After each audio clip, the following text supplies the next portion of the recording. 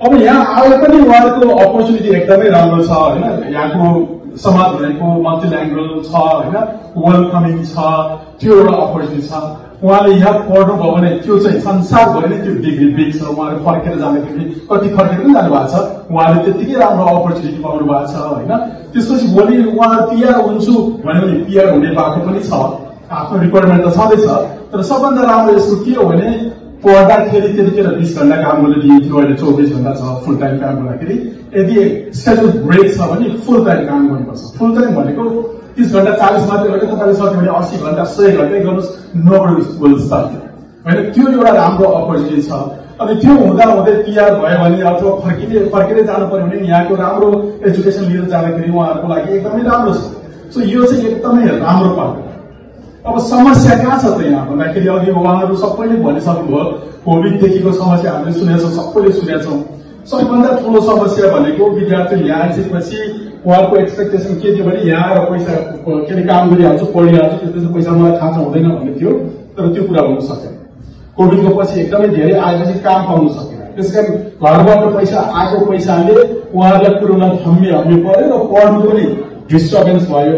त्यसले गर्दा अलिकति मनोवैज्ञानिक समस्याहरू पनि उहाँहरूमा आयो होइन। थुप्रै हामीले एक्सिडेन्टको कुराहरू पनि सुन्यौं। अनि उहाँले कतिपयले कन्टिन्यू गर्नै सकेन, कतिपयले कन्टिन्यू गर्नै सकेन, कतिपयले गर्यो होइन। अब यो समस्या तपाईँहरूले देखेछौँ।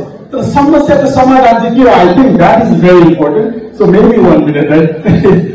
समस्याको समाधान के हो भने अघि भाइले सुरुमै बोल्नु भएको थियो कि प्री एराइभल सर्भिस र पोस्ट एराइभल सर्भिस एकदमै स्ट्रङ हुनुपर्छ। What does that mean is नेपालमै त्यो मान्छेले यो सबै कुरा भनिदिएको भए उहाँले त्यही एक्सपेक्टेसन गरेर आउनुहुन्थ्यो अथवा आउँदै आउनुहुन्थ्यो, उहाँले त्यो गाह्रो हुन्थ्यो। तपाईँहरू सबैलाई थाहा छ यो कुरा, तैपनि हामी चुनियो बोल्दैनौँ।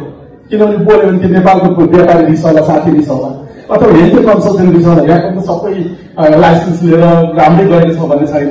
मैले आफ्नो प्रचार गर्नु खोजेको, माफ गर्नु होला। तर यो कुराहरू हामीले थाहा दिनु पर्यो। यहाँको सिचुएसन के छ, पिआर हुन्छ कि उनीहरूले काम कति पाउँछ, यो सबै कुरा भन्यो भने उहाँलाई धेरै सजिलो।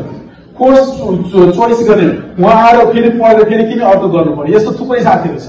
त्यति मात्रै होइन कि अस्ति भर्खर मैले एउटा सानो फेसबुक पनि लिएको छु। 10 जना विद्यार्थी आए यहाँ, अनि जनवरीमा आएर कम्प्लिटली नयाँ कलेजमा पढ्नु गए। नोभेम्बरमा नियम चेन्ज भएको थियो, नयाँ कलेजमा जानुलाई नयाँ स्टडी पर्मिट चाहिन्छ भनेर उहाँहरूलाई थाहा भएन, पढ्यो। 2 हप्तापछि डिपोर्टेसनको चिठी आयो। यस्तो यस्तो सेन्सिटिभ कुराहरूमा हामीले खेलिरहेछौँ। हामीले थाहा पाएको कुरा तपाईँले भनिदिनुहोस् आफ्नो मान्छेलाई, फलना चाहिँ रिलायबल छ, आफू रिसर्च गर्न सक्यो के गर्छ भनेर होइन। सो यो कुरा हामीले गर्न सक्यो भने धेरै नै राम्रो हुन्छ। त्यस्तै गरेर यहाँ मेन्टल हेल्थको लागि पनि धेरै समस्या छ, हामीसँग प्रोफेसनल पनि छ, त्यस्तो साथीहरूले पनि पहल गर्नु पर्यो होइन।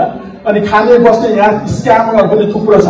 एयरपोर्टबाट ल्याएर बेसमेन्टमा राखेर स्क्याम गर्नेहरूदेखि लिएर उताबाट कोठा बुक गरेको, कोठामा आउँदाखेरि कोठै छैन, कहाँ अन्नकन्टा जङ्गलतिर पुर्याइदिन्छ गुगलले होइन। यस्तो स्क्यामहरू पनि धेरै छ।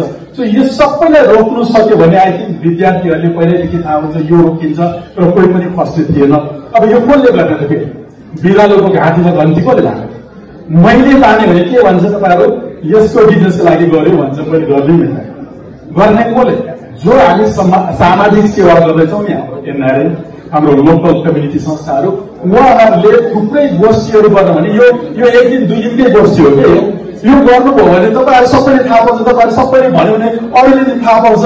राम्रो कुरा हामीले सेयर गर्यो भने तपाईँले पनि सेयर गर्नुहोस्, के पनि बिग्रिँदैन। बिजनेस हाम्रै भयो भने भोलिका हामी पनि दिन्छौँ।